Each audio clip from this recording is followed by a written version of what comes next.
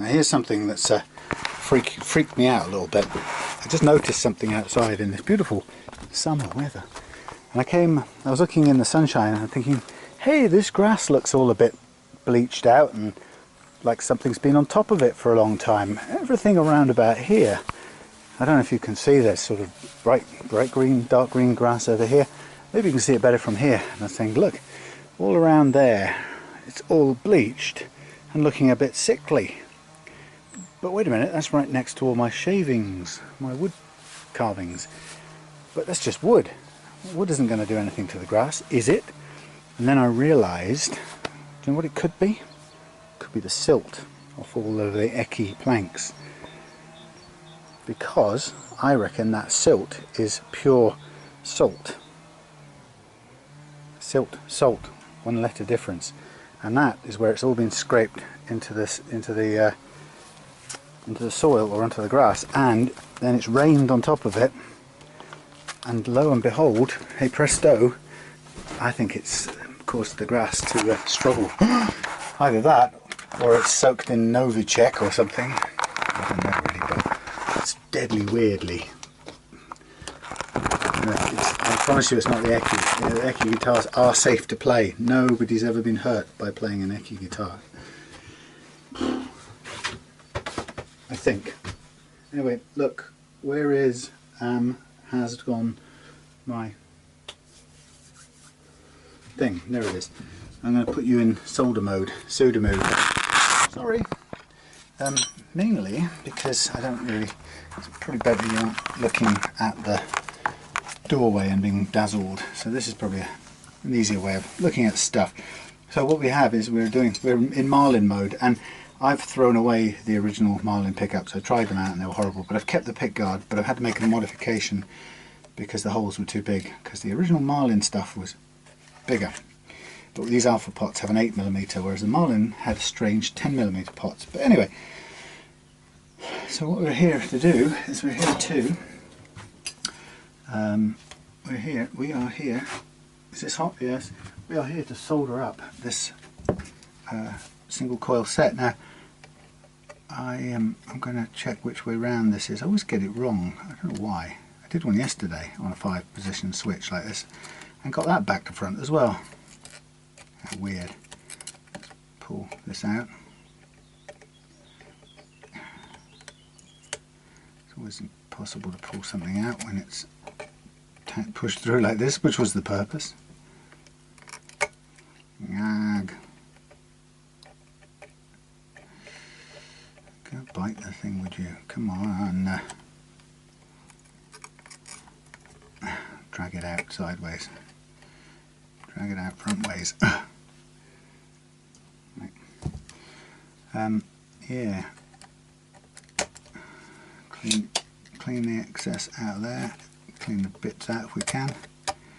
Right, we've got the joint in the middle there. Joining these over, I think we probably need that in there. Common thing. This is a standard strat setup, so it's going to go. Can I have that wired for a 3-position? I don't know what it was wired for, frankly.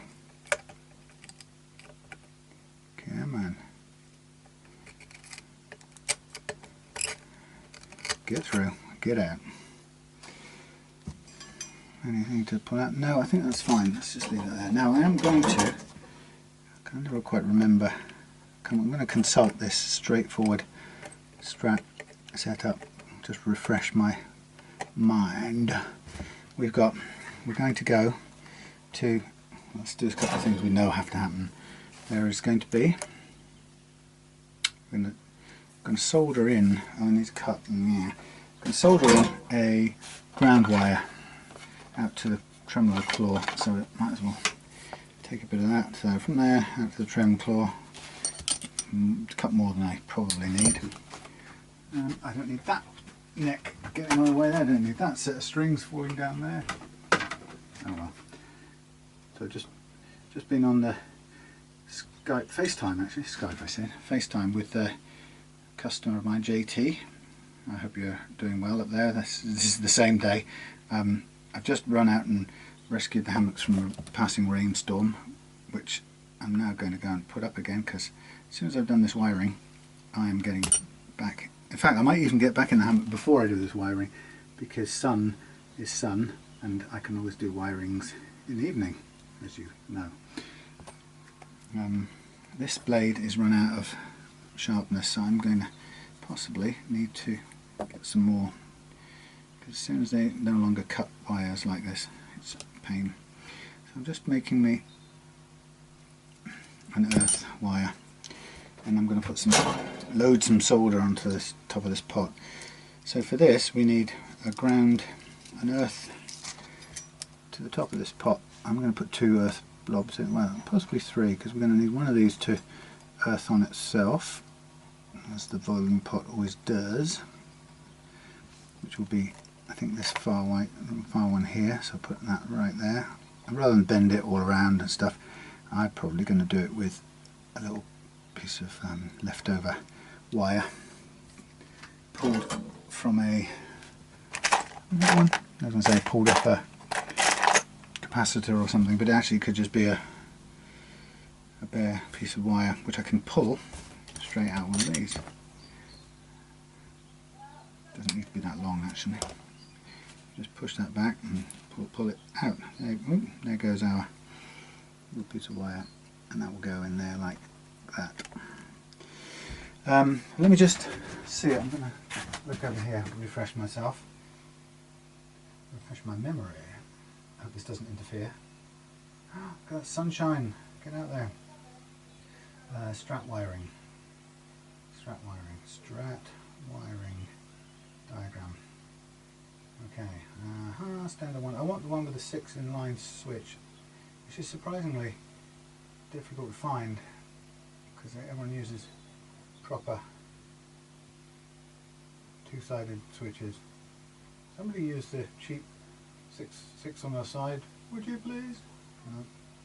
And then everybody's just repeating everybody else's diagram, and you never basically find the 6 in a line. Now there's what 6 in a line. Is this an iron gear one? Let's visit it. Come on. I don't want to blend a picture, I just want the strat wiring diagram. Yeah, okay, bridge, middle and neck, bridge, middle, neck. Yeah, bridge, middle, neck. Let's just write that down. No, on the board. Bridge, middle, neck, 3. Bridge, middle, neck, and then we've got the jumper, which goes to the volume, and then we've got we've got, what's this blend thing? Oh, it's not at all, it's just standard wiring. Ooh, that's sharing. Okay, so we go 1 tone, so those 2. Alright, that's got the bridge. Okay, that hooks up the bridge. I'm going to do that. So this one, so we've got blah, blah, blah, then we've got that joint to that, and then we've got no, that's the bridge. I'm looking for the right bridge. It's a repeat. So we go bridge to there, neck and middle to there. So we go bridge, and then middle and neck, tone 2, tone 1. Right, I think that's right. Bridge, middle, neck, bridge, middle, neck, and they're joined together. Bridge, middle, neck, and then they're joined together. Bridge, middle, neck joined together. Okay, and in this case we can have this only uses 1 capacitor. It's weird that I always use 2, and I don't know why. So a short jump, we go. Let's go. So there's our output. So first of all, we got to tin this and a few other things. Where's my arm? Hope you're still working okay. Oh, sunshine, missing sunshine. Grab these, grab those. Probably longer wires at the moment than I need. This is solid stuff anyway, but so tinning helps it to stick to things.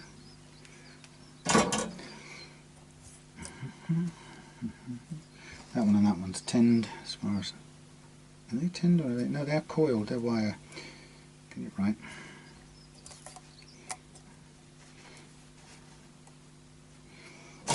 Right.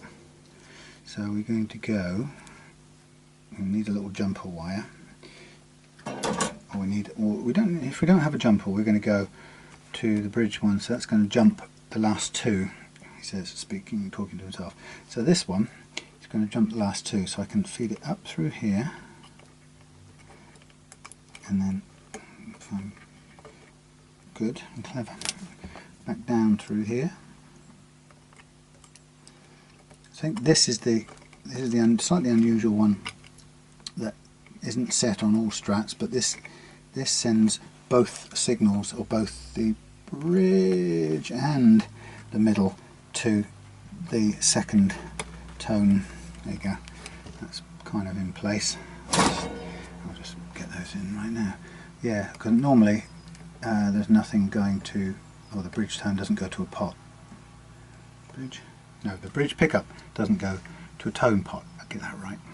But in this case, I'm going to send the middle and the bridge to the same pot.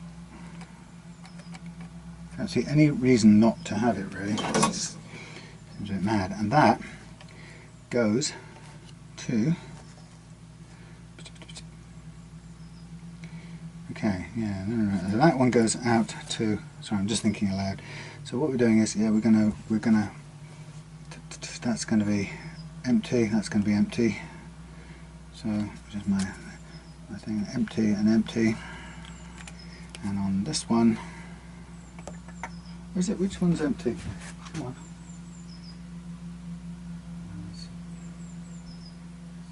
Never remember which way around it is. Well, number 3 is empty, and the middle one is the thing. Number 3 is empty. 3 is empty. Yeah. The middle one is the thing, which is this thing. So we're going to shove that thing in there like that. That won't work. I'm going to grab something to eat in a minute. Then I'm going in the hammocks, because I've got to put the hammocks back out. So that can go there like that, and that like that. So I don't know why I'm just using the my old stick in the mud convention of woohoo, doing 2, 1 for each, a capacitor for each pot. And come on, up you go. That's a bit clunky. And I need a bit of solder on here to hold that down, and then I need another one just to hold a ground wire, which I'm going to jump across all 3 pots to make sure they're anchored. And that could be one of them there, right there, just right there, which doesn't have any tin on it. That one does. So it's good fun, this stuff, once you get fairly familiar with simple pickup wiring. You can sort of usually blast through, and it helps very much to drop solder on your toe. It helps very much to talk to yourself while you're doing it, because then you can identify any massive screw ups that you're doing along the way. And then we get this one on there like that. Jam on down on there, that's it. Thank you. To there. Now what we really want to do is push 2 on at once. Join this one. I don't have, this is a long one, I don't really need that long, so let's go there to there.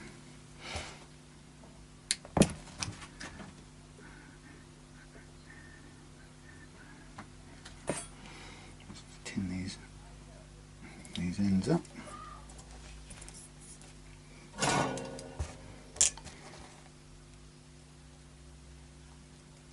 Now these Wilkinson strat pickups, in my experience, have been universally great.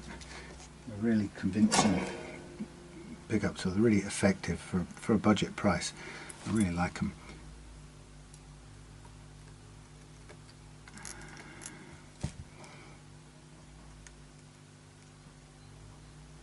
Now I've got to somehow hold these in place while you take that off. Down. And there's this one goes in, so number one, let's check that. Number one is the earthed one, isn't it? If you look from above. Yeah, number one, yeah, that's sort of force of habit, memory really, more than anything else, but yes, one is that one. So we're going to stick that down on there.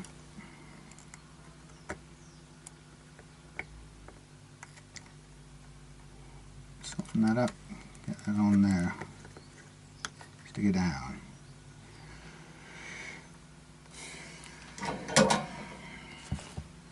And bend this up and remove. Ah, come on hands.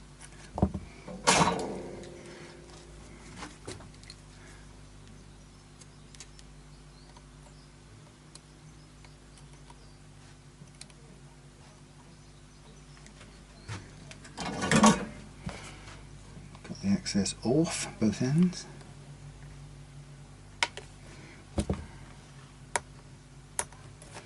Not much really. This end off, off, off. And then we got this one. Ah, right, we need an extra. Where was our extra? There it was. Extra, extra. I'm going to put these two together because this is the ground wire for the claw, tremolo claw, which is effectively your bridge grounding. And that's going to go on there like that, with some extra juice on there like that. Quickly change over to that and then let go like that. Thank you. And then what we've got is 3 pickup earths, grounds, which are currently not tinned. I'm going to sort of solve that problem with a bit of trickery here and get that quickly, as quick as possible, off there. You are grounded. You are grounded! And then we'll get rid of the extra bit on the end of there, which we don't need. I'm going to do this one in the middle. This one, no, oh yes, so, well, so what are we doing there? No. So this one is to there. A bit extra long, we don't really need, but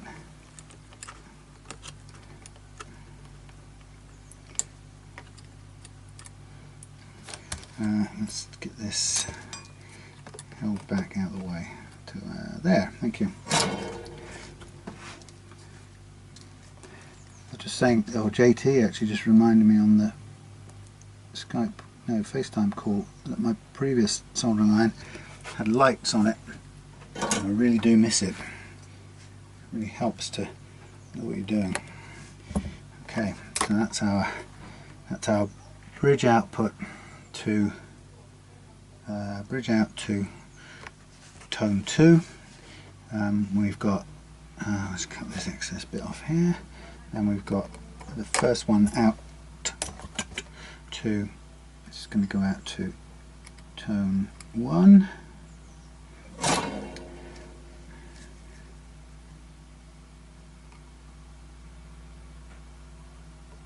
Yikes, get out of the way.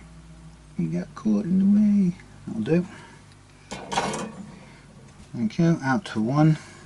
It comes in over here. Ah, yes, of course it does, doesn't it? Sneaky. Comes around about. You can just move slightly out of the way.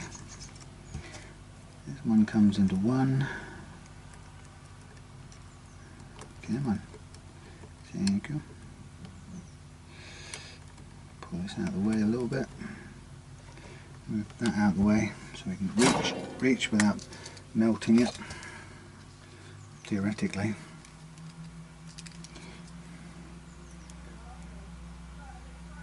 my lights, man? Where's my lights, man? I miss my lights, man.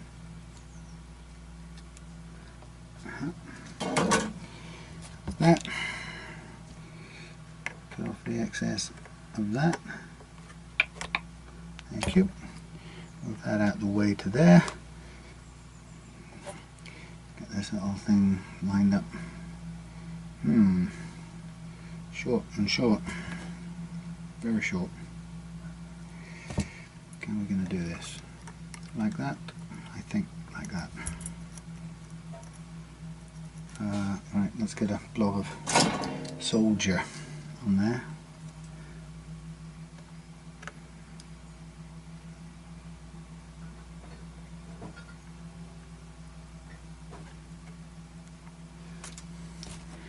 Let's get this bent back, sort of like that, through there. Two different types of orange drops, but they're still two the same capacity, or rating I should say, that's probably the right word.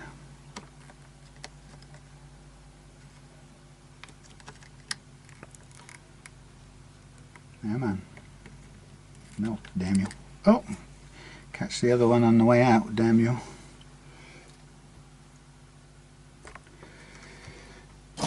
Chop, chop, chop. Excess, spare. Off you come. And then... probably better to leave it down over there so I can actually reach the thing. Not much room. Get this stupid wire out of my face.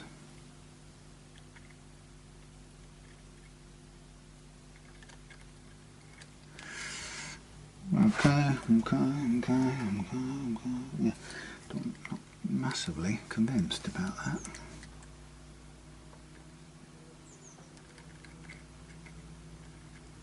More convinced. Okay, so now we're going to go. What did I say? We're going to go bridge on the outside. So bridge is this little fella here. Bridge on the first one. Bridge on the first one. Bridge. Sorry. Bridge, bridge, bridge. Wires, strings. I can reuse those, aren't I? Am I? Oh, no, yes. Have I fret leveled it? I can't remember what state I'm in. No, I don't think I have leveled it, actually. Okay, there's the bridge in place. Then we have reared, which is our middle. In you go. In you go. Red, thank you.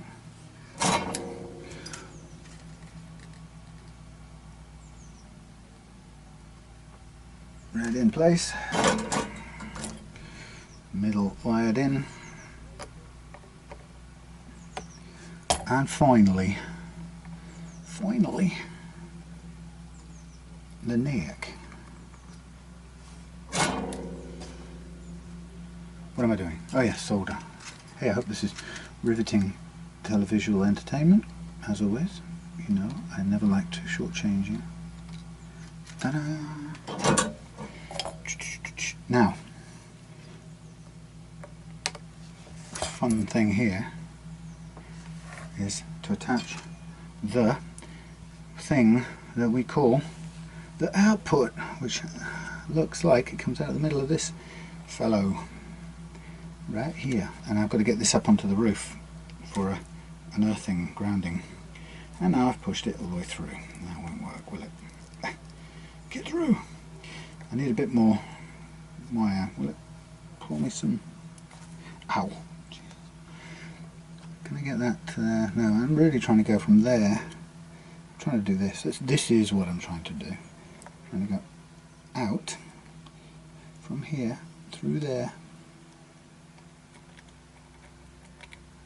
like that, and then that onto there like that, and then somehow bend the whole darned lot around. But the truth is, it would so much better work he said, speaking pidgin English.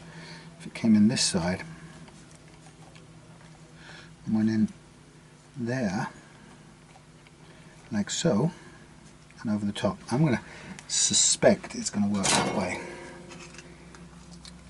And then once we've done that, we are in a position,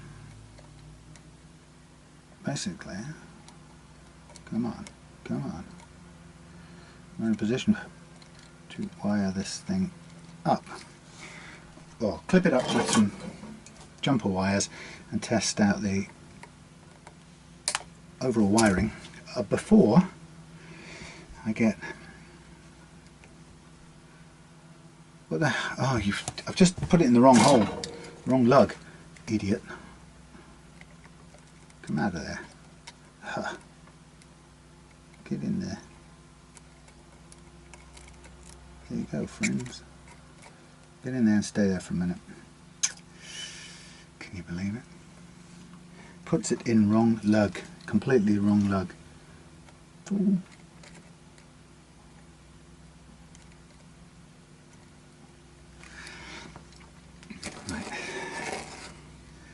Then you move this out of the way, hopefully, and then you hopefully move most of that out of the way, and then you drag, maybe you don't, maybe you drag this up here. There's lots of, I'm try and keep that out of the way of anything. I don't want it to touch.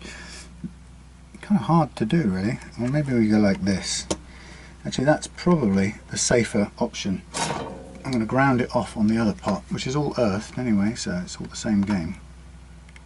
But it just keeps that earth wire out of the way of any hot lugs, baby. Which is really what we want. If I can just get a little bit of extra stretch in there. Come on, heat up. I heat up, I can't move down. I hear rocking round and round. Stay. Okay, that's burning plastic, isn't it? Yeah, well, that's what you get for having a crap thing. Okay, so that's actually cool. Now I'm going to get my wires, and once this is done, I'm taking a holiday. I'm going to go out and do something else, like hang in the hammock for a bit. So here we have our two hots. We just bypassed the jack plug at the moment, and we go this, which I left on all night, so it's probably not going to last very long. We go hot, and we go ground, and we stick that kind of there, and then we get this up here like this, and we go volume up. Something is hitting something. Me. Okay, something's not grounded properly. Just check my brains. Grounded, grounded, pot's grounded. Grounded 1, 2 and 3. Switch, middle, jumper, 1, 2 and 3. Ground to there, ground to there. This is grounded to the, that's the hot, that's the ground. That's the hot, that's the ground.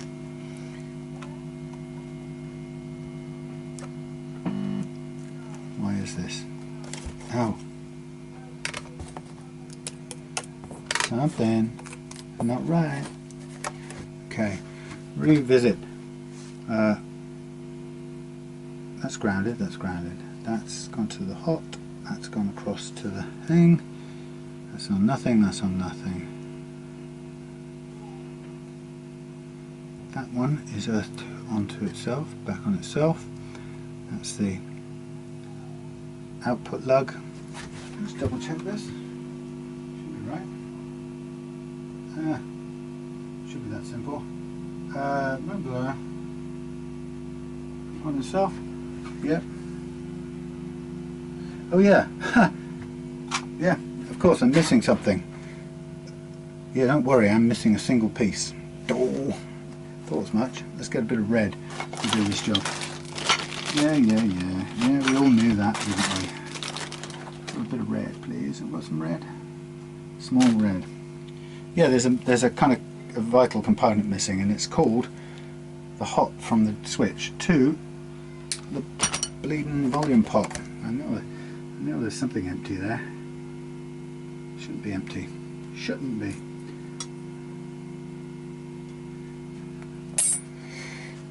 Okay, now this has to go, I was going to say it has to go through, but actually it could sit on top. It only has to grab hold of. Oh, you, stay there. I'm going to tie you around there for a minute. Why not? I'll leave it all making a horrible noise for a second while I just tin this and get ready for the final countdown.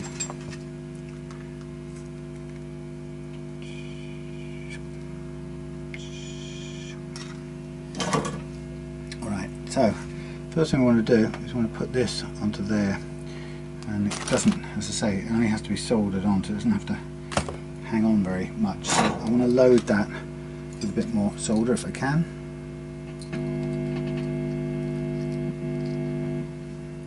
That's not, it's running everywhere, but I tried. And now I'm coming at it from the wrong side. Let's come around here and get it to stay in one place.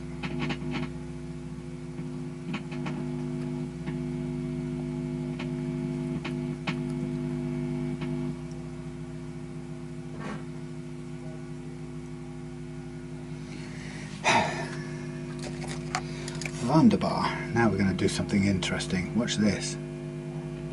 Oh, this is now no longer clear, so I have to push that out. I've got to solder that, wet that up. Yay! Let's snip this excess bit off. Ah, see, look, we're now. You go in there, stay there for a second. And then you come here.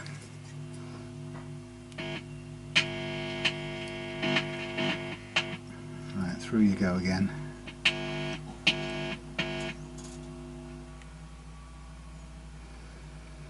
That's what's supposed to happen. Missing a whole wire in the entire shebang. And so what we have now, bridge, middle, neck, bridge, tone.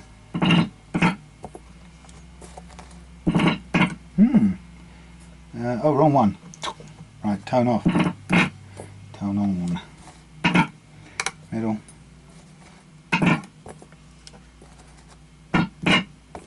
Something like that. Let's try this out. Take those off. Boys.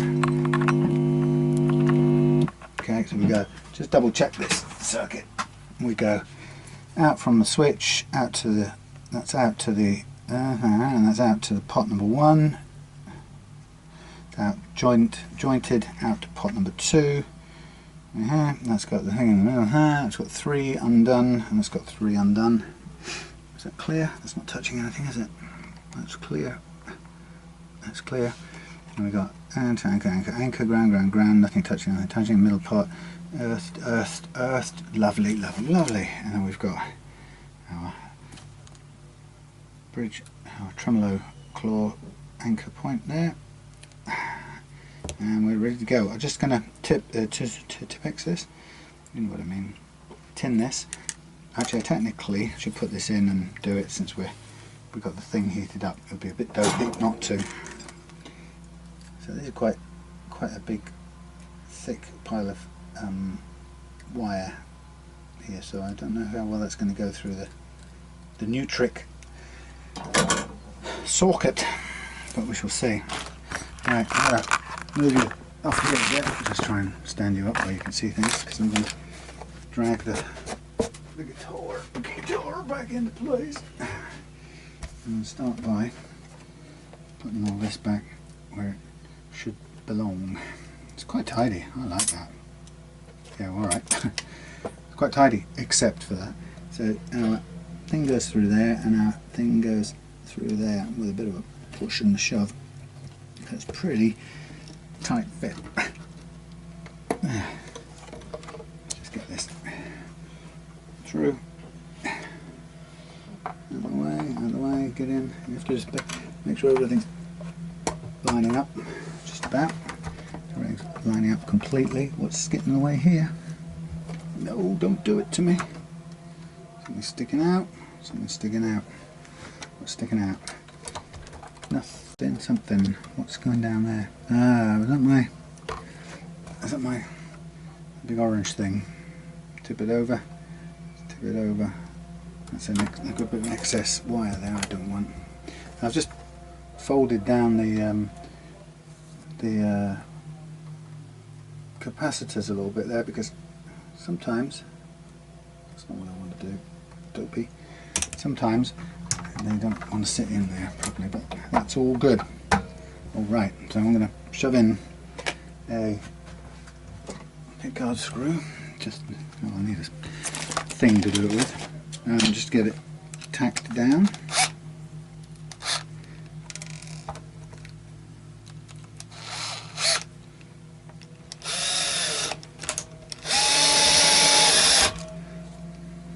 It's looking good.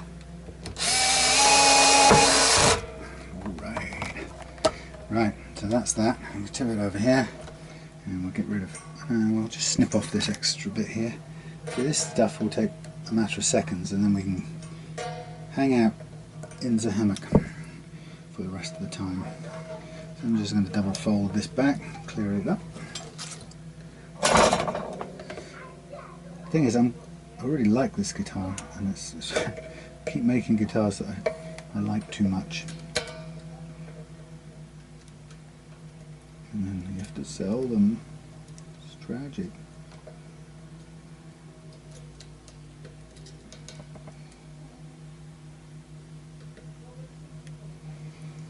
Okay. Attach yourself there. This is starting to get hot. Okay, that's what we want to do out here. Let's get this here jack plug. Now I've done that way. I'm just going to go up that way. It's got room to go up that way. Can it go? Where? No, it can't go back, can it? If I put it in there, is it touching the back? I keep doing this every single time I do this wrong. What is going on? Get it wrong. The spiky bit has to be down, even though it doesn't feel like you want it to be down. It's got to have room to open up. How many times? How many times?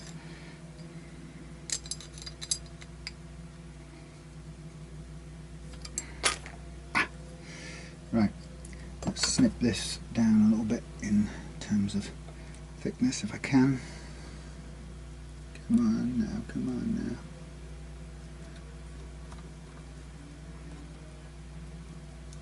It's hard to get to in this orientation, I have to say.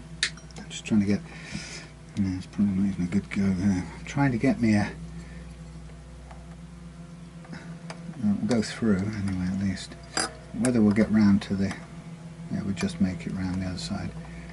Okay. No, this isn't happening one-handed. Oh my god. Right. I sort of need this to hold this sort of there, like this, maybe like that. Yeah, that'll do it. Ooh. Will it do? Ooh.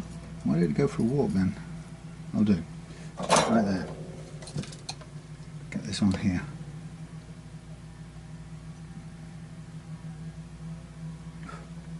Sometimes you just can't see through the darn smoke. You stay in there. Thank you. The first bit. Now just double check my sanity here. That is the common earth, or the earth, sorry. I'll just bring these in a little bit because they don't need to be quite so far apart. And then I got to come round with this fella, get into here, but as always, he ain't never going to want to go in. Get a bit of a bend on it, maybe. Can I get it up and over, please? See, that one goes through the darn hole. It's too big and chunky. You've got so little room to manipulate it around. Has that actually gone in? That's gone in as far as it darn well needs to go. Let's grab and go.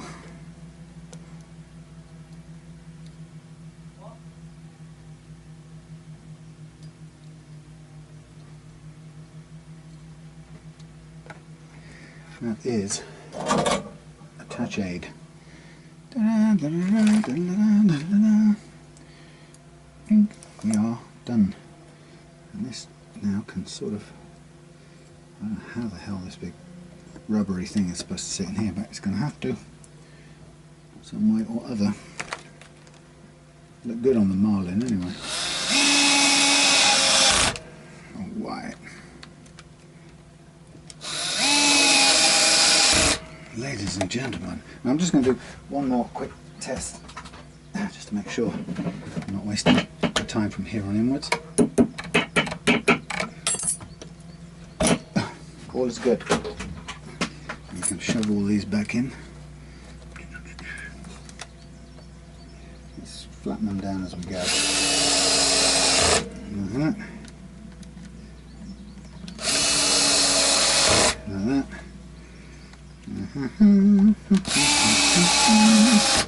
Like that. I've got three nice aged style parchment coloured what's it? You know what I'm talking about. Knobs that will go with this somewhere. I'll find them now.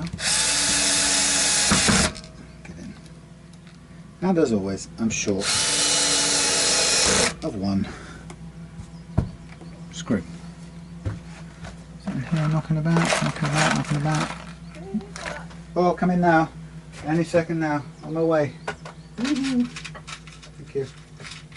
One screw, come on, let's get it in. It's food. Is that right? Yeah, a bit mucky, but it'll do for now. There we go. Ta-da! Krang, it's done. Okay, sunbreak, hammocks out. Later. Bye. Swivel, hey! Welcome back to a bit of an untidy bench, but that's because I've been wiring this critter up, and she is ready to fret level.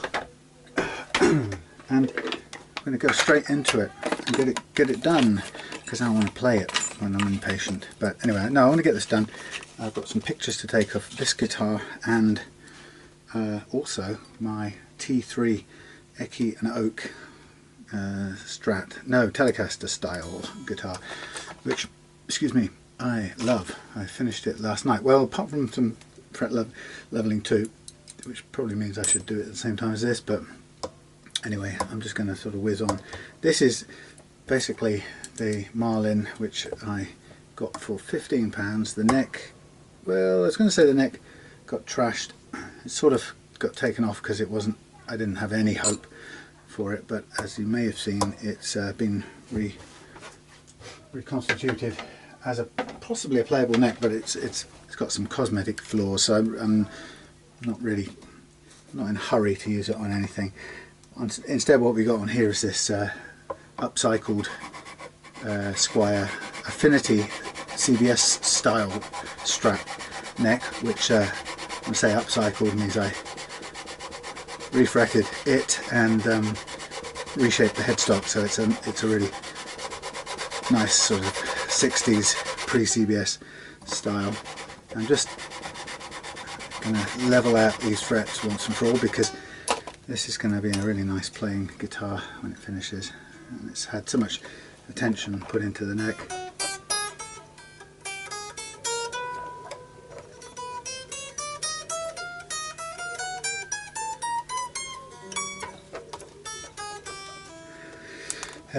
Yeah, this is the sort of final bit. I wired it up just now, as you saw, everything played. So I've yet to kind of put some decent strings on it and strum it, but I'm looking forward to doing that in a minute. When I say a minute, it's about an hour and a half all told by the time I've... Depends on the quality of the frets now. I think they're pretty good. Same with those on my T3 Tele style build. I'm really, more and more these days, well, perfecting the refret craft. which means, as much as anything else, ensuring that the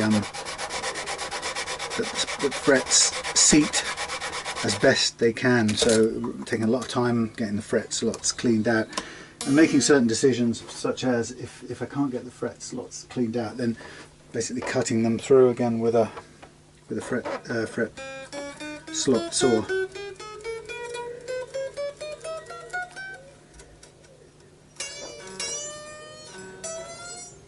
Okay, we're choking out going across into the G area, or the G track, which is unsurprising.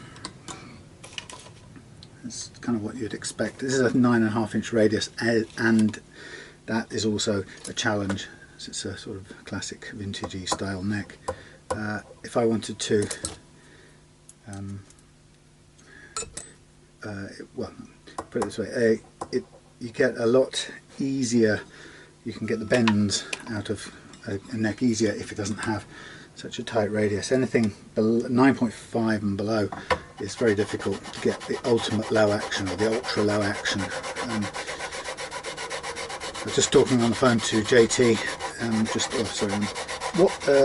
FaceTime with JT about a build for him and a parts caster, and one of the things I was kind of recommending is that we look for we don't turn down 12 inch radius and above, even though, you know, some people they're not hugely strat like. This action down here is tiny actually. Yeah, so for some people 16 doesn't feel very strat like. Well, that's very low. But it's not bad at all. You get almost any kind of playing action you like out of it. You get a real range of possibilities because you can go so low. Okay, that should be about right.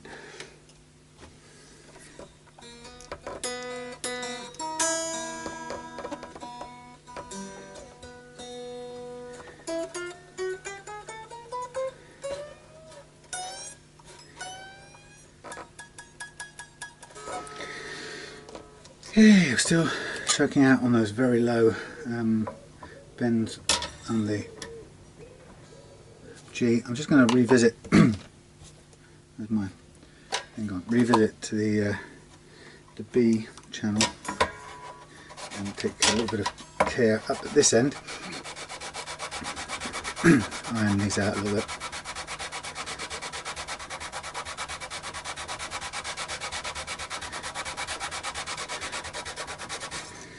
Right, and go back to the G channel, G track.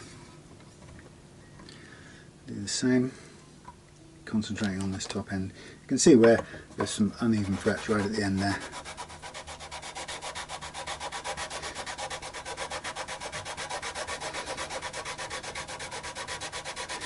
This I had to turn the truss rod quite hard on this. It wasn't in fantastically good condition, but it's actually brought it down to a very good action. But it's at the limit of its.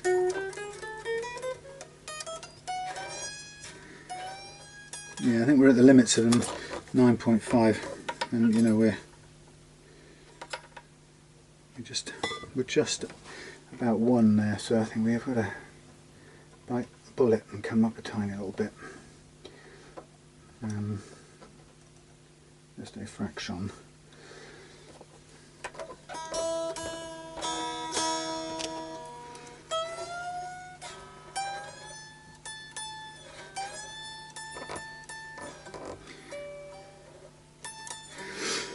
Yeah, it's over in the G track, but it's just a geometrical thing, as I've mentioned before many times. You physically are limited by geometry about how low you can go with your action whilst successfully pushing a string or bend, pushing the string up a hill,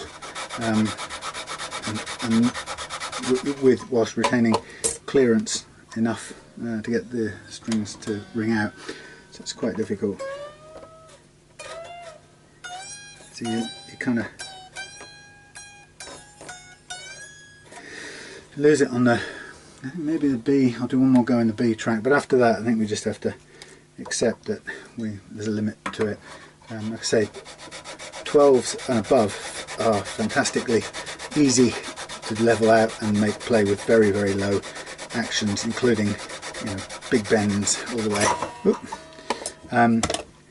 Which is why, as I've said many times before, the SG is a perfect guitar for it.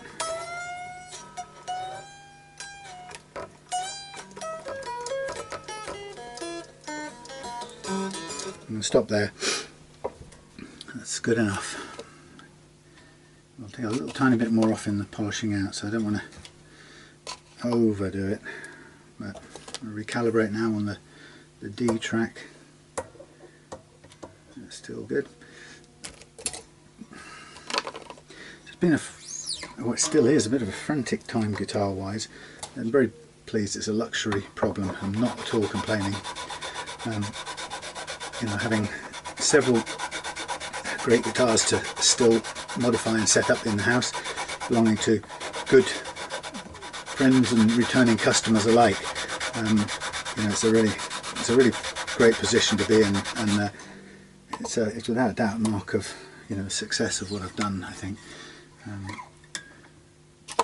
And it's let's just do it, calibrate. You know, it's just, I've got two of Hugh's which I'm looking forward to modifying and setting up, and you know, a few of my own to just get finished and set up, like this one really. This being somebody interested in this one, but it's not as yet. It's still in the collection known as mine.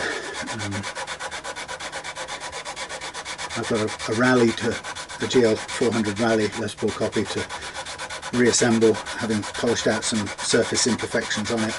So looking forward to getting that playing nicely again.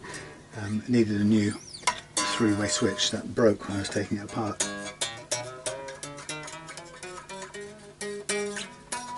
Now this is feeling incredibly low. It is way low. Yeah, so that's there's a Rally GL 400, then there's a Rally PRS style, which I got in part exchange, so I've got to do something with that one, set it up basically, and a couple of little surface repairs, and after that, two of Hugh's and a couple more coming from here and there. So, and just busy, lots of good things to do. Let's just get a note out of this a minute, keep it roughly in tune.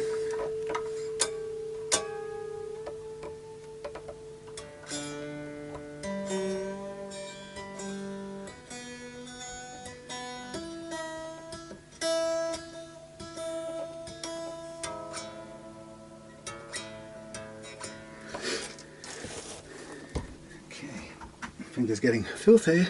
Right, calibrate for the low E and then we'll be done. Just about. Yes, so plenty to do, and then a couple more things coming over the next couple of weeks. So another one coming down from Ian in Glasgow, I think. So I've got I've got the wiring on that one to just double check. To find out why the tone pots aren't working. An interesting one, that was the telly strat arrangement, and I haven't adjusted anything on the tone pots, so, or in the relationship between the volume and the tone, so I don't know why that's not working.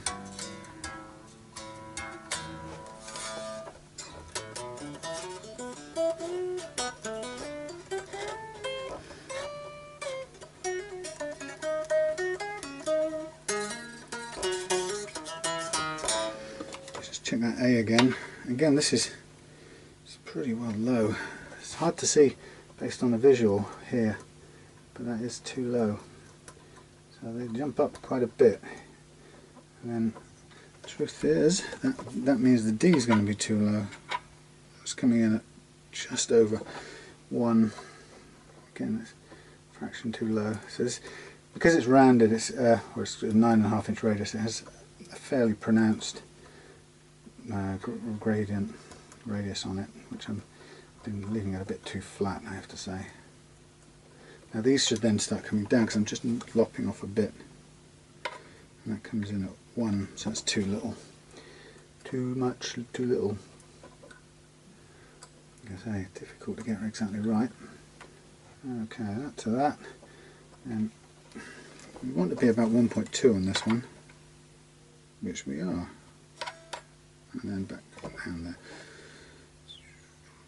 So it's making that D look high, by a bit too high. D, come down a fraction. D, D, come down. I'm telling you.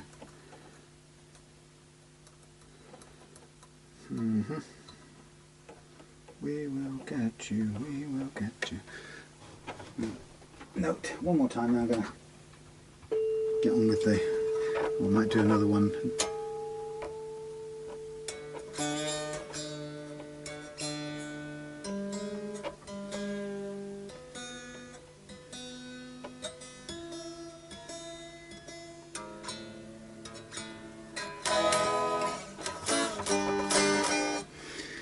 Alright, just having a look. Thank you.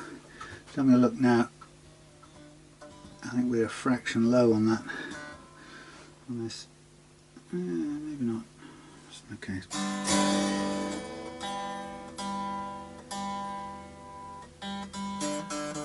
Yeah, I might need to lift that nut by a fraction. I won't do anything with it now. I'm gonna take these off now. Oh, hang on.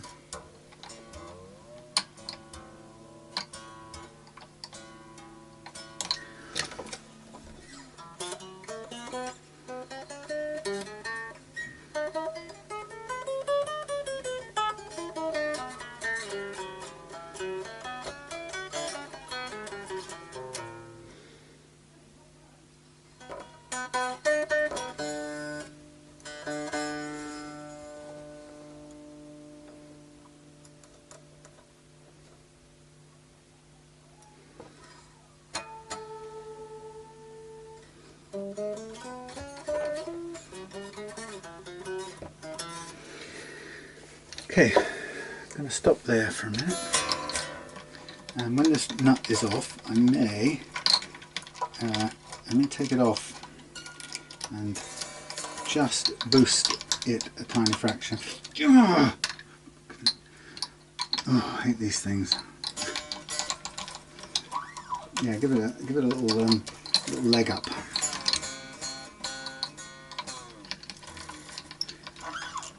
I think what I did, I made a mistake there. I think I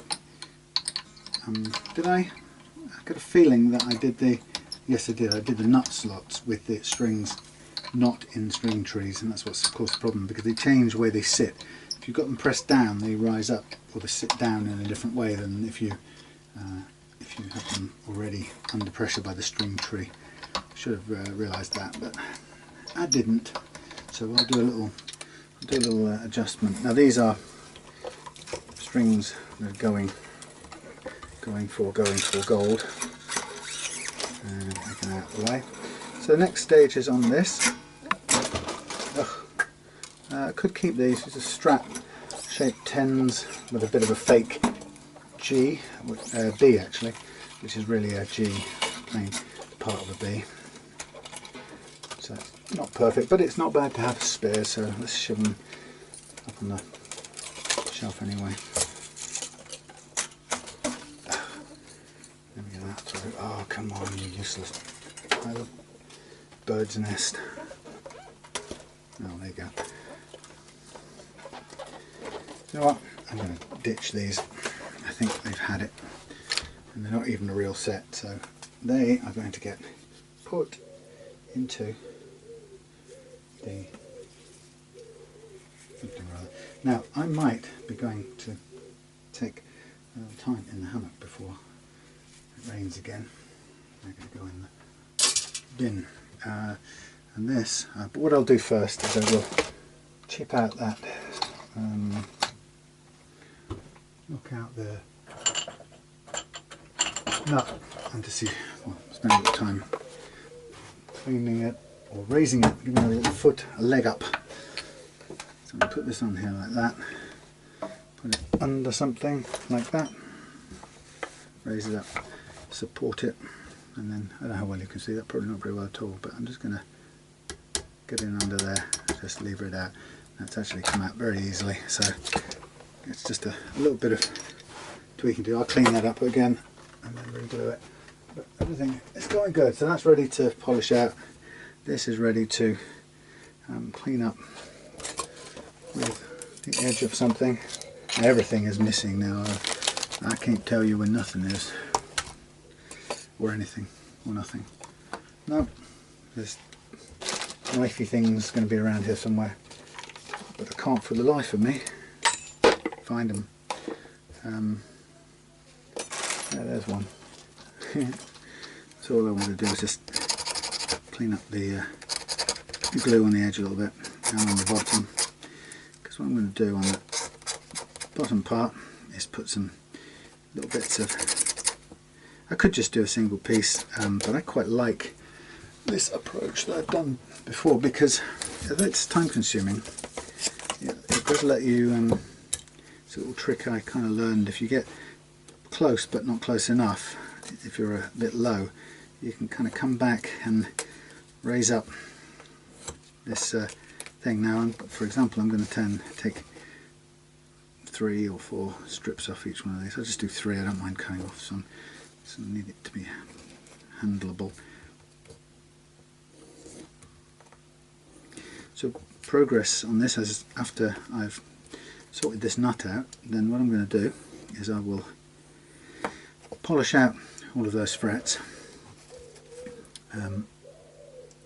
protecting the neck, masking off the neck as we go, and then polish them all off to a plain surface, and then we'll be ready to restring with some new frets. And I guess I've chosen already to go with 10s, so that's what I've levelled to, so it'll be 10s.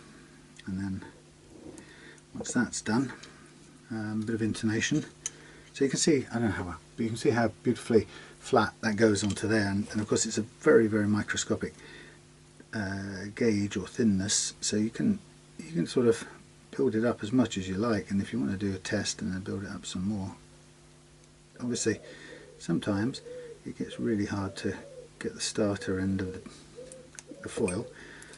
It can be a bit of a pain and it's fiddly, but I like this. It's better than sort of shoving a great piece of brass under there or something that just, you know, shims it in one go. This way you've got some real sort of micro control, and if you were like I was just then, if you were pretty close to where you wanted to be, this is just, if I do say 4 or 6 of these, I know I'm pretty much up, just clear of that dodgy spot I just had, yet without really changing it too much at all. So I just lifted it out of the danger zone. Kenny Loggins intro, cue the music. But it makes a lovely flat surface that compresses, obviously under loading of the strings too, so it's a pretty controlled way to do it. So maybe let's do 3 more, and then so I have no idea what 3. I could you know, put these all together and fold them together and do a check, but I guess we're talking about 1/10 of a mil or something like that by the time I've got all these layers done. Might be a bit more, but as it is I'm probably under by 1/10 anyway, so that's no problem. You can see it building up eventually, and your eye can discern there is some thickness of copper there.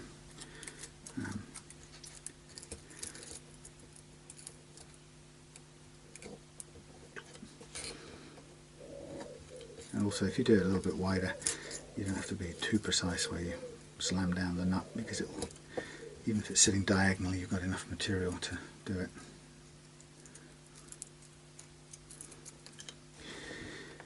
Okay, one more as we promised, and then we'll put it back on.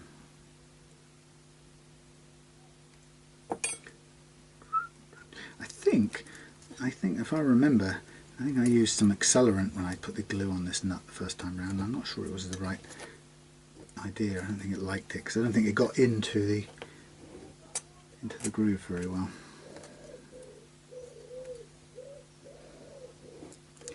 Get into the groove, boy. You got to groove. Right, there we are. Get all the bits out of the way.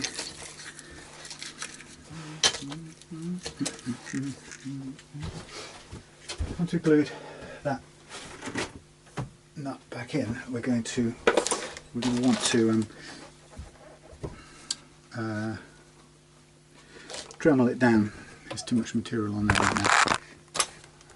So I'm just going to make sure that as much of the sides of the slot are clean as possible. We do make this operation last more or less time depending on what you've got on.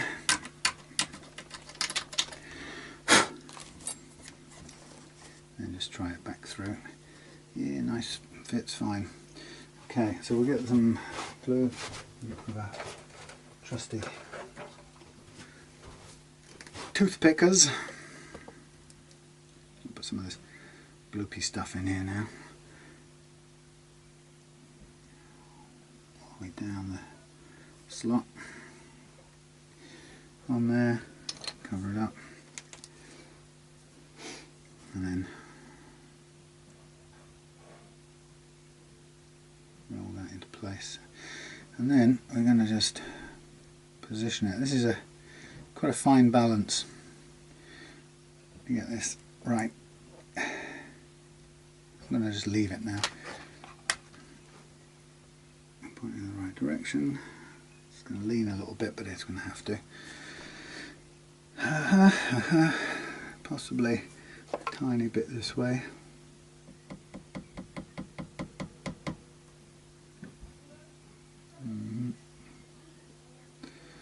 Just eyeballing it to make sure that we get as much real estate as possible for the E, for the high E, without running into problems. So we can give it a quick example. Yep. Yep. Okay. I'll go a fraction this way.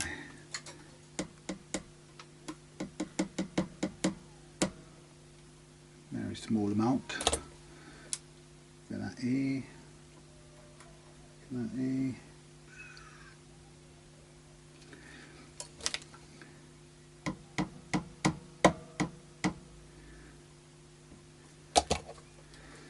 It's quite difficult to do this without putting the strings back on. The two we were trying it out with. Okay, that's close. And that's close. That's good. I think I'll leave it like that. Oh, got to step on something.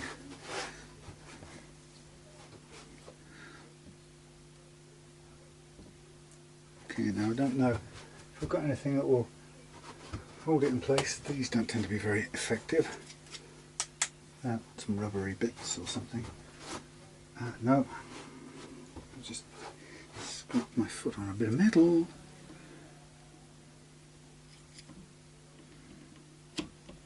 Now these are really, these are not the best tools for this in the world. They tend to try and push the whole thing somewhere else. I don't think I'm going to bother with that game. Just sit there and dry. Right, I'll leave it. Okay.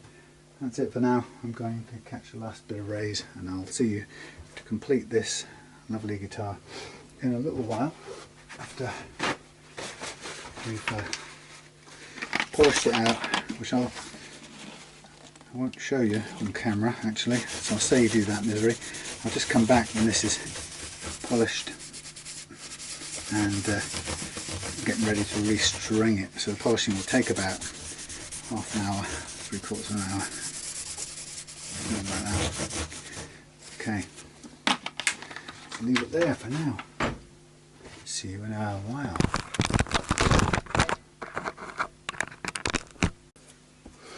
Okay, so here we go.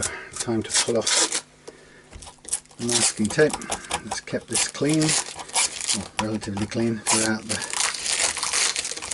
the old polishing or reprofiling and polishing process. This is not actually light, what's the word, low tack tape. This is full strength tape. I've got some of it. I'm having to be a bit more fierce trying to get it off.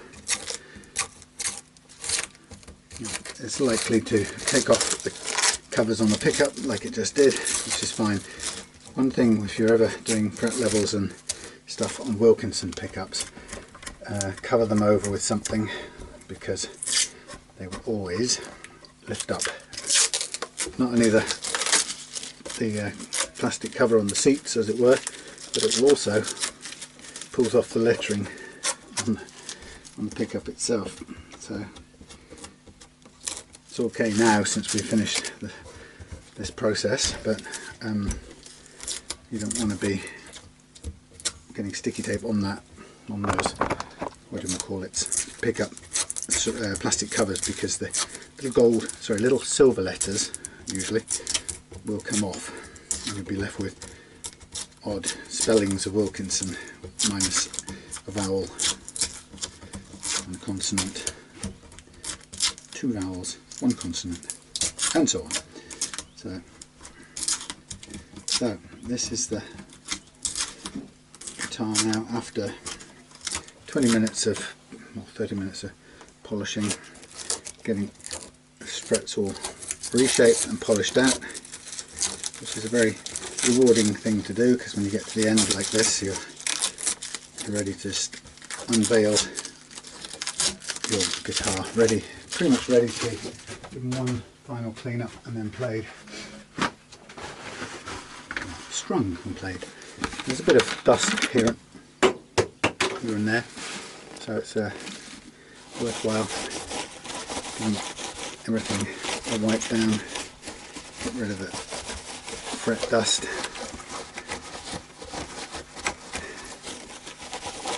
Like that, and then a bit of a scrub down on the fretboard itself. Bear in mind we're going to go over this with some oil as well in a minute, so just want to get rid of, I think now we'll get rid of all of the plastic since it's all come off. Find the lid for this. As you can see outside, a pretty nice night disappearing away out there. We've had a few days of really good weather, so we've been extraordinarily lucky. I'm just going to clean off the tips of my fingers, because putting strings on, I want to keep them clean since they're going on fresh and new.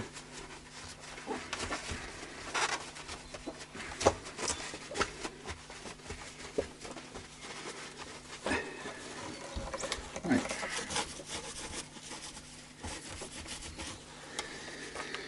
Okay. Oh, missed. Now somewhere here is the oil. Get another bit of paper. Note to self, time to put some oil soon. Almost out. So I'm going to give this neck a fair old dose, because it's quite dry, having been through lots of different processes, including fret leveling, reprofiling, polishing out just now, cleaning several times. So don't spare the oil. Here, chuck it on as thick as it needs to go. Let it really sink in.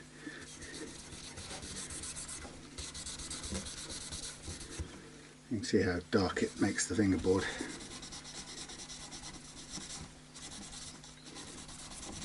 Okay, this will sink in while I get hold of a set of strings.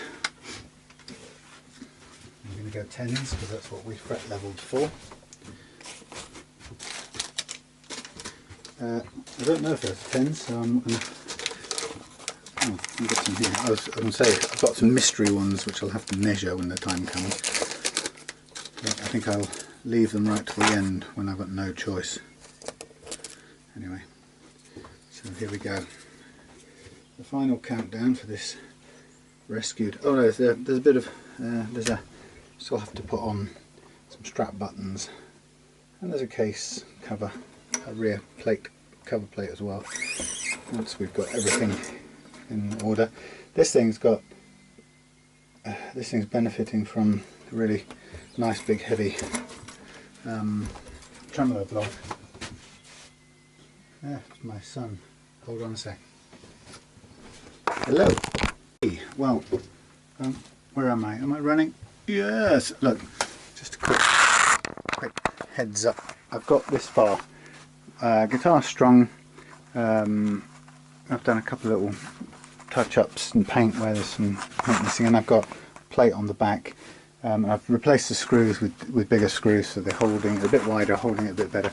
The one thing, it sounds great. I love those pickups, but there's a little bit of a choke on a note up here on the high E, because it's a 9.5, I think, radius. I can't remember now, but it's quite a curved radius. I think it needs just a little bit more fret leveling to get the highest bend or the biggest bend out of it up here at that low action. Anyway, it's 1.5 on the top E at that point. So I will let the little paint bits dry, and then I'm going to give it a play out and see what how it goes. It's not perfect condition finish, as you can tell. I mean, it's an old guitar, but now, well, it's part of an old guitar now, it's all changed, but I think that will do for now. So next thing I will do is another fret level, but I won't put it on camera because it's just too boring. But what I'll do, once I've done that, I'll come back and play it so you can hear it. Okay, so that's it for today. See you later. Yeah, we're running. Hey, listen, we're back on this. I am just going to retweak this. I didn't have to do it on camera. I won't do most of it on camera, but because you saw some of the other bits on camera. Anyway, the point is, I'm just getting this marked up again to redo it. I've got the action playing the way I like it, but it wasn't. There's a couple of little chokes on really big bends up here, so I'm going to re-level it.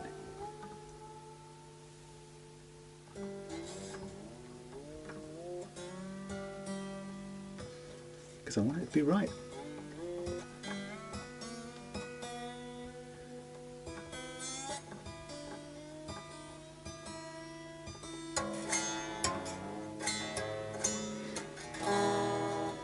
Don't worry about that being a little bit. These are going to become sacrificial strings any minute now for another setup, which I think actually will probably, no, I was going to say will be my T3 Telecaster. That will be the next one.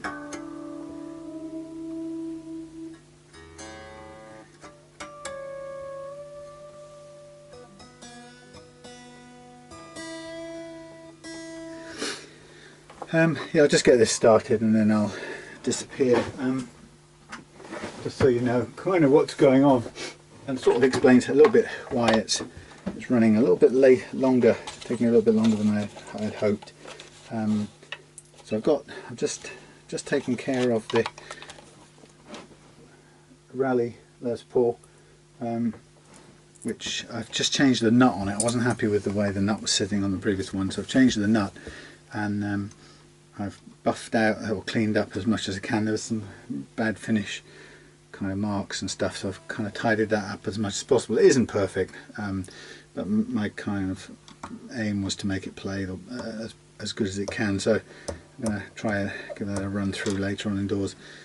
I refretted it after I first got it, so it was a rare tired Raleigh, but it's still a nice looking black beast, and so hopefully somebody will get that as not the most expensive Raleigh in the world, but I'm looking forward to hearing this and feeling how this plays. But I'm just going to try and concentrate a little bit at the top end here, because there is still some unevenness in one or two frets, causing some choke out. But it's not really so much a problem on these, on the E track. It's somewhere across on the G. So I'm going to just keep, I can see a little cluster there, but that shouldn't really be much of a problem in terms of all the notes. So I'm going to focus a bit more closely on it when I get to the, it's the same curvature. I'm going to focus a bit more closely when we get to the, what have I just done with it? Why do I always drop it? There it is. Pay a bit more attention when we get onto the G track, and then of course polish it, reprofile it, the frets, and polish them all out again.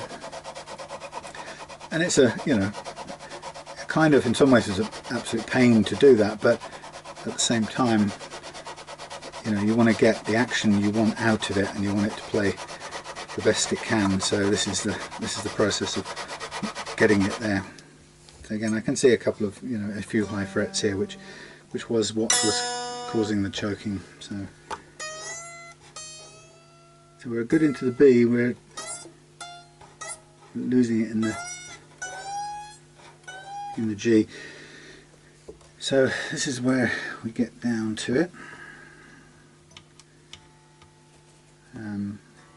It's funny, sometimes there's some guitars you just can't quite, some necks you just can't quite work it out. Why sometimes you just can't get there, no matter how much you want. You just, something about it just you have to back off a little bit and settle for slightly lower, higher action than you perhaps like. But often it's the case when it's a 9.5 inch radius, which I think this is, can't remember, but when I re-radiused the neck, actually no, I just cleaned it up. I think it already was a 9.5 inch. It was a Affinity, I think it was an Affinity Squire sort of CBS style.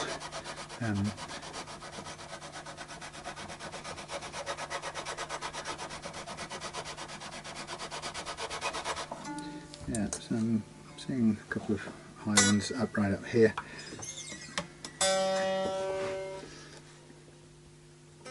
Now what I haven't done, but I just want to double check on here, is the, sorry, you're a bit canted to one side. Yeah, we're quite low anyway. That's okay there. That's where I'd want it if I could have my way. Just going to tweak this one a little bit. Oh, cramp in the hand. Could you believe it? Okay, and this one is to come off a tiny bit. The difference between these,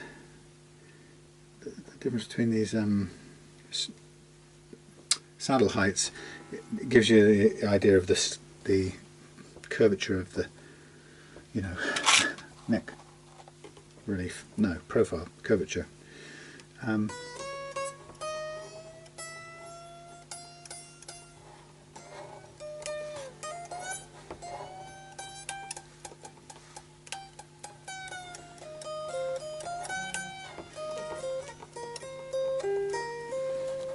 Not far off. I'll do a little bit more. I'll just recalibrate it as well.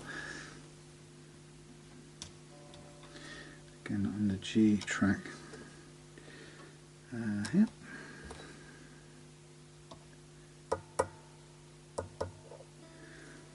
That's just undone itself a tiny bit. I wasn't gonna not take you through all of this, but I will stop in a minute. I certainly won't take you through the boredom that is the polishing out and all of that malarkey, but since I've got the camera on anyway, might as well just carry on.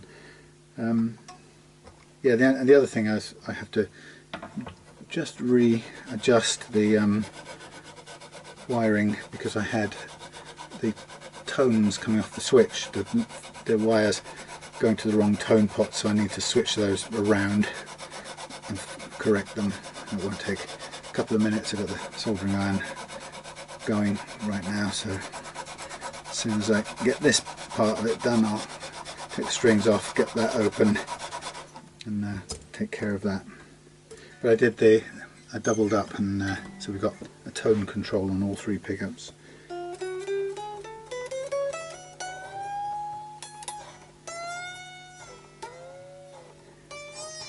Now this is still zinging here. Let's just check this. Quite a flat neck, and I'm seeing if we've got any very little.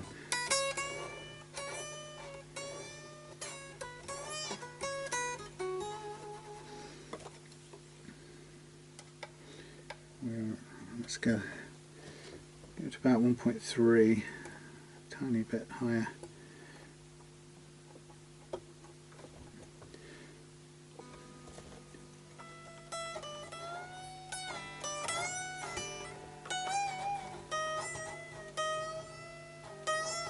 I'll just go back on the B track, have another little go across there, being as careful as possible. Alright, where's the, there it is. Yeah, so this is one of the things about doing it at this sort of degree of accuracy, is that you have so little clearance. You know, anything changes, or you know, any movement in the neck or any imperfections in the neck shape or whatever, and you can very quickly lose the clearance that you had. So you've got to be very accurate. It takes more time rather than force. I think that's the answer. So I'm kind of trying to get this top end gently ironed out. Now, one of the things I've found in the past is if I can't quite get where I need to get, you can add a little bit of extra curvature to the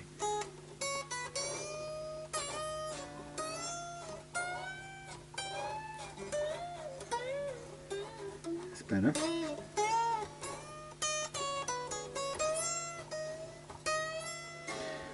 .12th fret. I'm just going to focus on that a tiny fraction more, and what I'm going to do this time, I'm going to do that thing and I'm just going to slightly over curve it. Right, it's only tiny amount, so I'm going to just line this up first and get it where I think it should be. Right, and that's actually slightly over curved as it is, so I'm just going to work a little bit more on this B track with that over curve on it, and then I'm going to go back to the G just briefly with that slightly over curved rod, and that over curve is just taking a little bit more out this way, making, I suppose you could call it a little slightly more of a curve in the frets, than a fraction more in the frets than there is in the neck, but it's such a tiny amount that you know, you'll see that it's barely measurable, but it's perceptible by the ability to have a really low action and have the strings clear the next fret when you bend on a tight radius. So we're pushing an already tight radius, that's the thing. 9.5.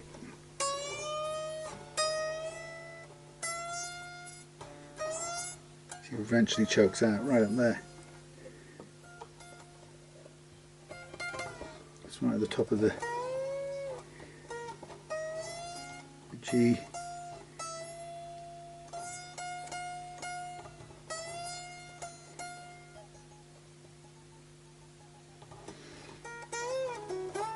I'll do a bit more in the G track, but we're nearly there.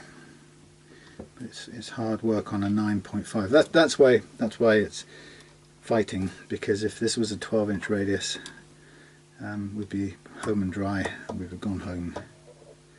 Okay, so this is spot on. So again, with this one, I'm just going to very slightly over curve it, just to feel a hint of.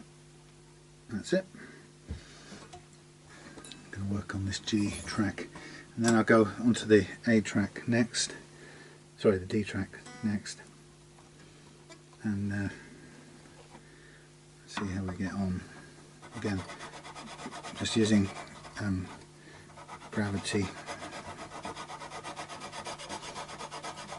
Quite interesting, if you hold both parts of it you can kind of accidentally twist the rod part and end up unwinding it or winding more curvature into it if you're not careful. So I'm just looking at this 12th fret area here where it feels like it's a little bit stuck, so I'm just going to focus a bit more tension on there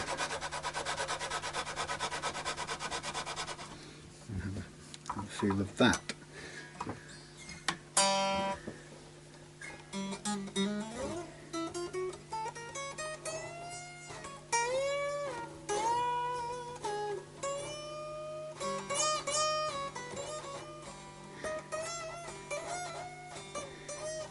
So you can hear we're almost there.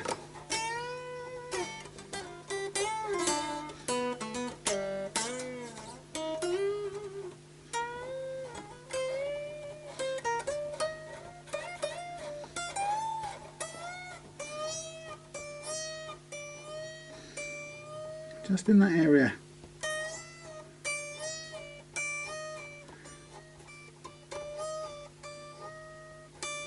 th and 12th fret. But as I've pointed out before, when you bend a string all the way up here, okay, it's choking out on this point. Let's just mark it. If I go, oops, that dragged me across. Finding a way I can mark this without moving the other strings out of the way. When we pull up to there, we have that choked off. The choking position is there. Okay, so really that's on the D track, not on the G. So I'll just focus a bit more time on there because I think that will be the answer. It's just dropping out on that D. And I've kind of got to the point where I'm saying to myself, well, we're nearly there, so we won't do so much on that D, but I think we do need to do a bit. It's just at the limits of, God, phone's going crazy. Yeah, it's just at that point where it's choking out. So again, concentrating on that 12th, 13th fret while I'm doing this. It's a little bit deliberate now. I'm using a bit more pressure down there because I want to get rid of that high spot that's there, that's just causing that choke off. That's starting to look more like it. Let me just see who's sending all these messages. Okay, yeah.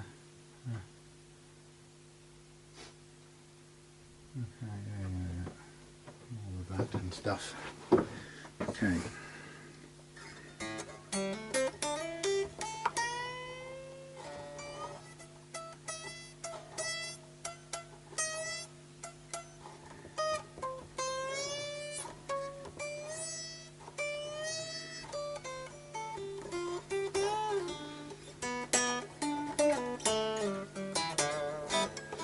Now, just out of interest, what we can see is where do we have to go on the action of this to clear that that slight choking, because there will be a point at which we can just play it and it will go.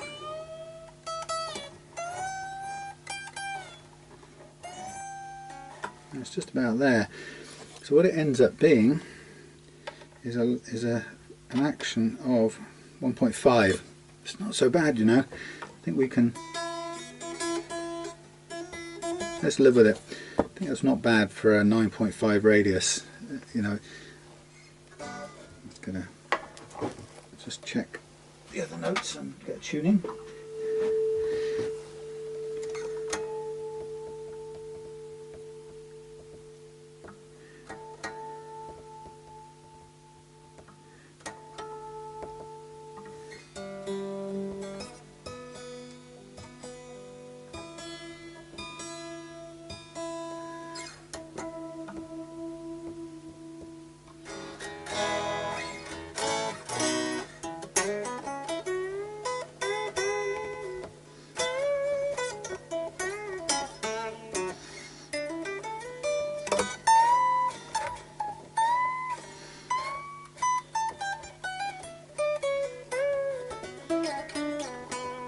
I'm going to do a tiny adjustment Very small adjustment on the truss rod. If I can remember which one it was. I straightened it out, and I'm going to just slack it off a tiny bit, give it a little bit more relief, because it was almost flat on this top side, and that probably won't help either. Let's have a look. Okay, we have 1.5, 1.3.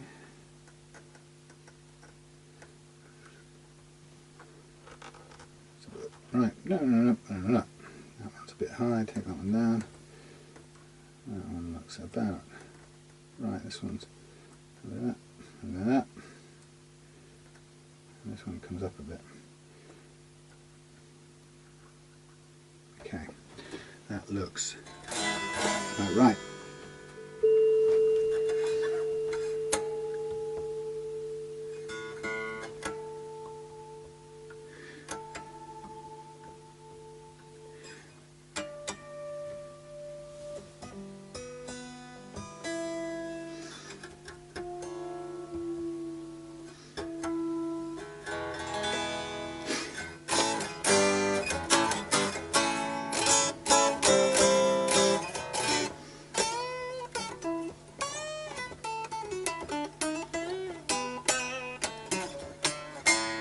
Yep, good. I'm going to stop with it there and get on to the polishing out business. So I will bid you farewell for the time being, and get on with the boring stuff. Yeah, that's that and that's that. Right, so I'll see you back when this is all polished up and finished and my hands are clean and restrung with new springs and working. And we're just completing. Polished out, everything done, time to oil and some new strings on, and then we'll get that all done and back plate back on, and we're ready to go and play it. The oil helps to darken the fingerboard and makes it look nice and, some people say hydrated, but of course it isn't hydrated, it's oilated. You get the idea. Somehow looks better until it gets a dose of your own finger oil in there, and then it all looks sort of regularly played and darkened by your own goo.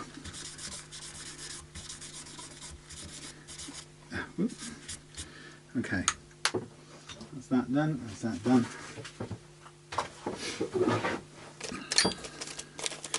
10 out of 10. Oh my god, have I ever been going through strings at a rate of knots. I really have. I'm absolutely burning through them. Anyway, this is it. This is where we're at. This is a nice new set of 10s. I have a principle, I just never put old ones back on if I've done some fret leveling or nut slot work or anything like that, because it just is a false economy and it's horrible. So that, you know, when somebody buys the guitar and gets it, the first thing if the first thing they feel is dead strings, it's just horrible. It's kind of late, so I've run a bit late today on both of these guitars, this one and the Rally, but it's kind of good. I've got them both done tonight because then they're out of the way. I've got tons of other stuff to do. Tomorrow I'm going looking at houses for my dad and stepmum, because they, with their failing health, I suppose you could say, or they're not getting any older, and my stepmum isn't really able to look after my dad anymore, and they live a couple of 100 miles away, so it feels like a smart move really to think of moving down this way while they can, because I think there won't be much, they won't have any energy, or my stepmum won't have any energy before too long. She's exhausted herself looking after my dad, so I think this will be their last move, but I think it's really vital. So we're taking a couple of hours out tomorrow to go and look at possibly suitable houses, and that's quite a tricky one because they've disabled, accessible, whatever you might call them, converted houses are few and far between, and because of that, highly sought after. So we're either looking for something that's already been adapted for wheelchair and wet room and all that kind of stuff, suitable for somebody who's, not my dad, who's had a completely debilitating stroke, and then either if we're extraordinarily lucky, we'll find one that's ready converted, but I don't think that's going to be the case down here.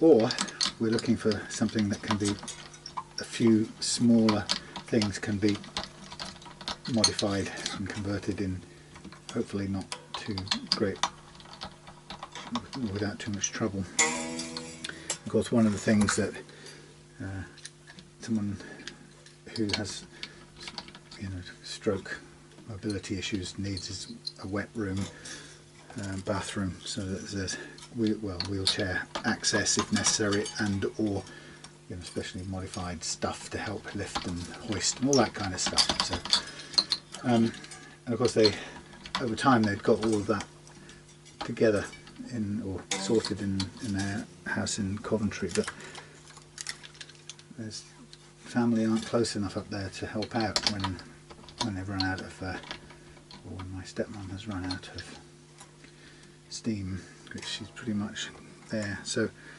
we're hoping that if we can find somewhere, they can make one last move and we can play a much bigger part in helping to take the load off my stepmom, so she can recuperate a little bit, or at least take care of her own health somewhat. Anyway, that's the plan. So that's where we're off for a couple of hours tomorrow. Right, and we should have a spare 10 on the end of this lot, thanks to Roto Sound. And then we have all the set on, and I'll take this inside and stretch it out indoors later on and play it through. But I'm not gonna. Well, maybe I'll leave it here. It's not crucial to take it in, actually. I'll take one of them in tonight. Actually, this one I would like to give this one a sound check on here on the video, so maybe I'll leave it out here and come back to it in the morning.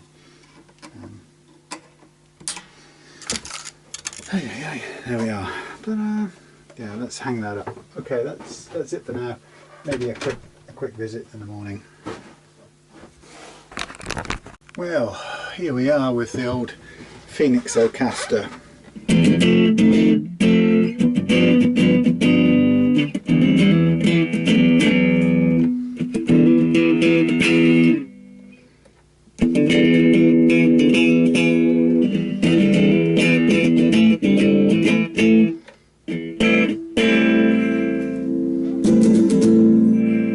Yeah, we got tone on the bridge.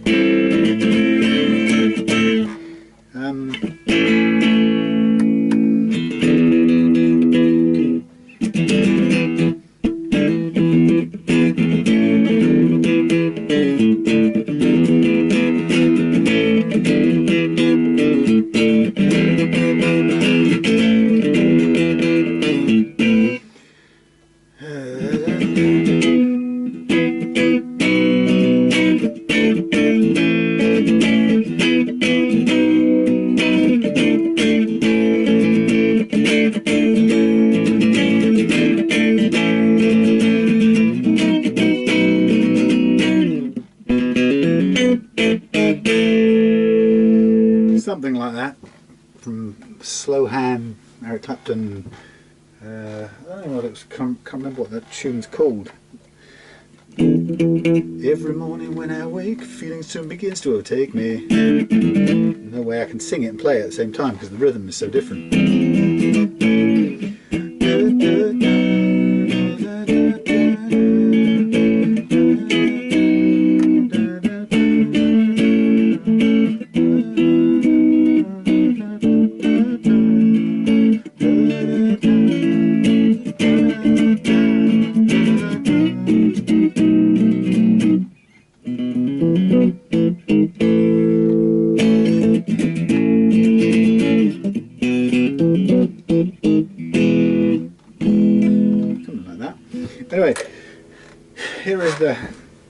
Phoenix caster. On the bridge pickup. Can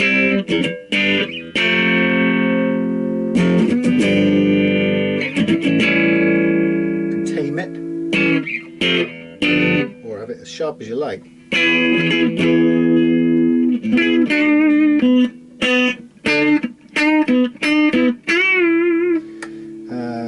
Position, I suppose that's 5, 4.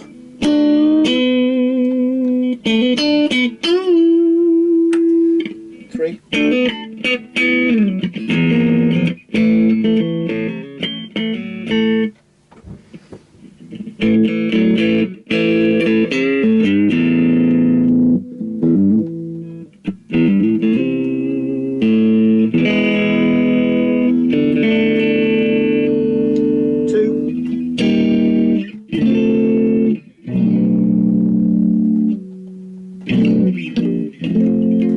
And neck.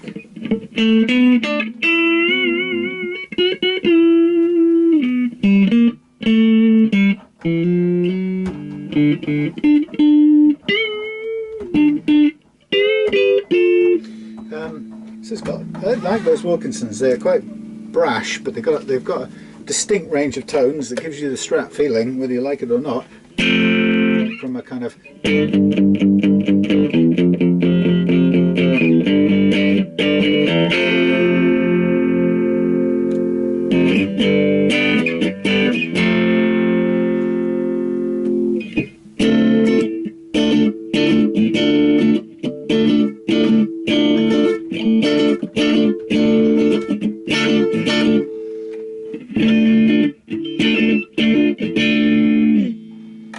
to the, yeah, that fluty kind of sound that we all know and love.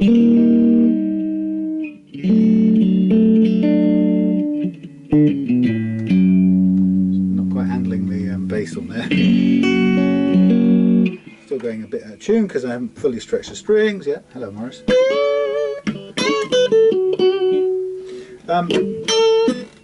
The only thing I don't like about this guitar is that it's a 9.5 inch radius and it's just resisting me bending the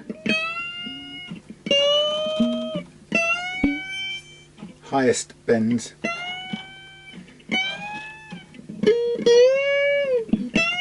Well, they're there, but it has to be at 1.5 millimeters, which is stop creaking, which is it's annoying for me. It's a little bit higher than I like, and I hate being compromised. But actually, it's a good.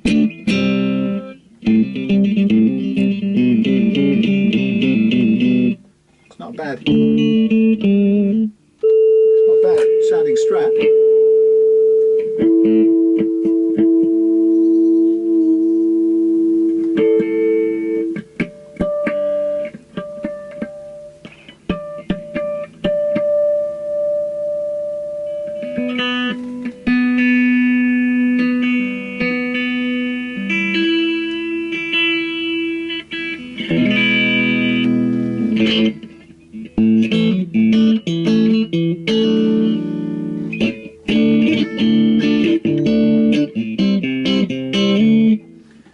That one.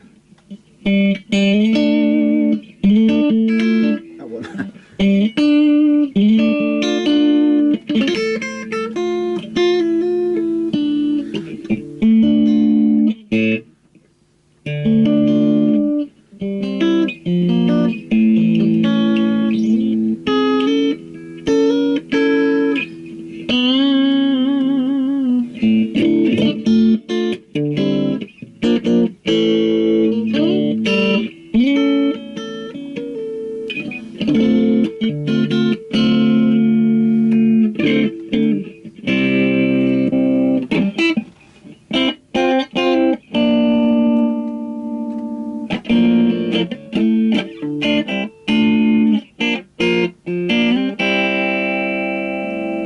It's not a bad sounding Strat, I have to say.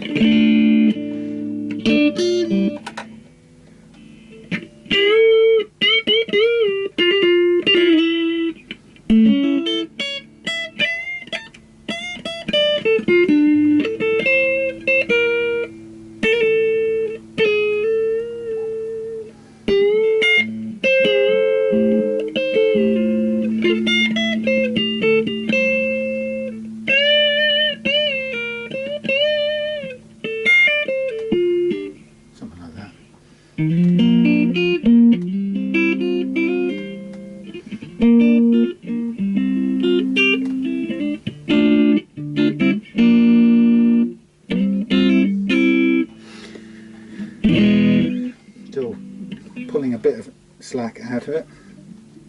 But yeah, you know what? It's not perfect. It's not perfect. It's plain, and I'm a perfectionist, so it's probably quite enjoyable.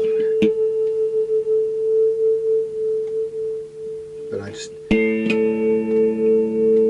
more I do, the more guitars I do, the more I want them to be perfect, according to me.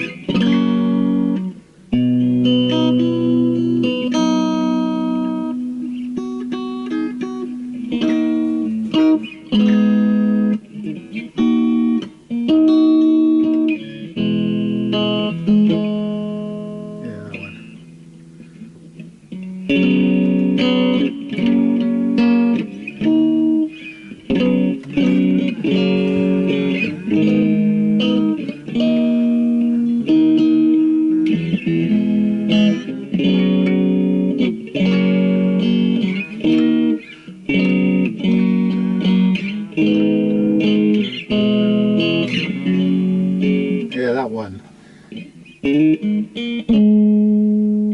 Oh, beautiful song. Yeah, so that's it.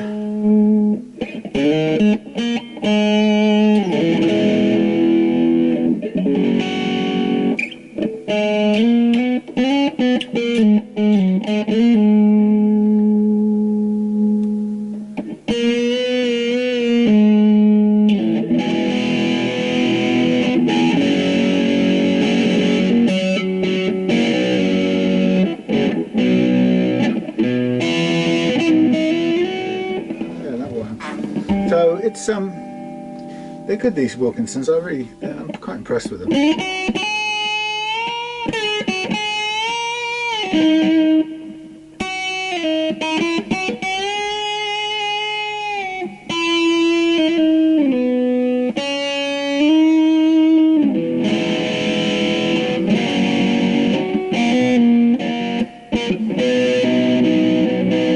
Slightly out of tune still.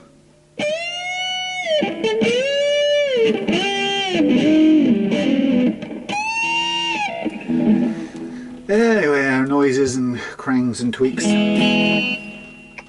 So there you go, it plays. Do I love it? Do I think it's the best thing I've ever done ever? Not really. But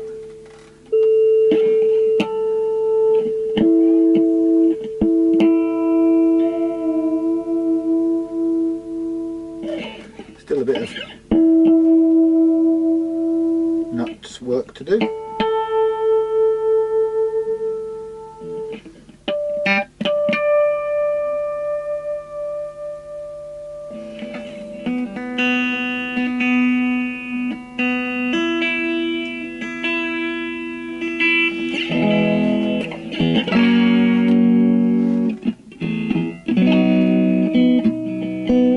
Tune it with a tuner will help, but anyway.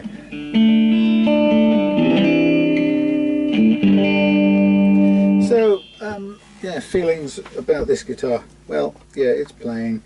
Is it my favourite thing in the world? Have I done the best thing? Yeah. A little bit higher action than I'd like, and I think it'll. I mean, it's not bad. It's just I'm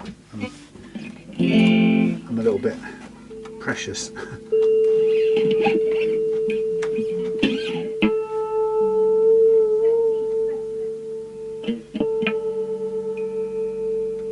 Take care of that. Sand those nut slots. Can't do it with Morris in a way though.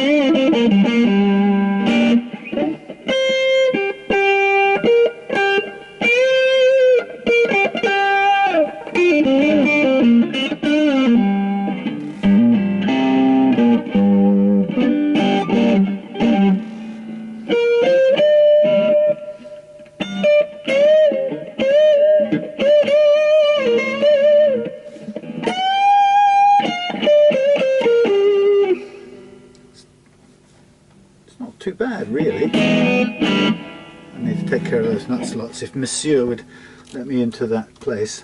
Yeah, so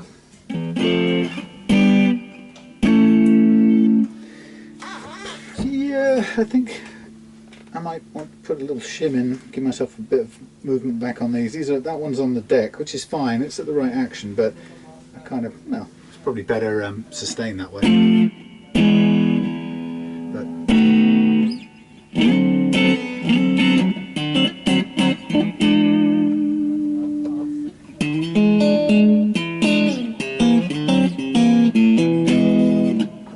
Get those nut slots taken care of. Anyway, that's it.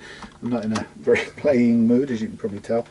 But there we go, it's done. You've got a sense of what the pickups sound like. Anyway, they're not bad at all for a budget Wilkinson set. Anyway, like I said, it's not bad for something that was destined. It was on its way to the wood burner, really. That's as simple as you can put it. So. Give me something to clean these with. So I'm quite pleased that it's alive and playing, and with a bit of what I do to it still. Well, I do the nut slots just to get that tuning rock steady, and apart from that, I think I just play it. That's the main thing. And you just have to accept that with a 9.5 radius, you can't have bends on the lowest possible action. Just the way it is, I'm afraid. Anyway, this is my. I'm going to clean this out. But yeah, do the nut slots and then take it indoors and give it a bit of a play later on tonight when the tuning's absolutely stable. Then it'll be stretched in, and I'll put the cover back on as well. So there we are. Yeah.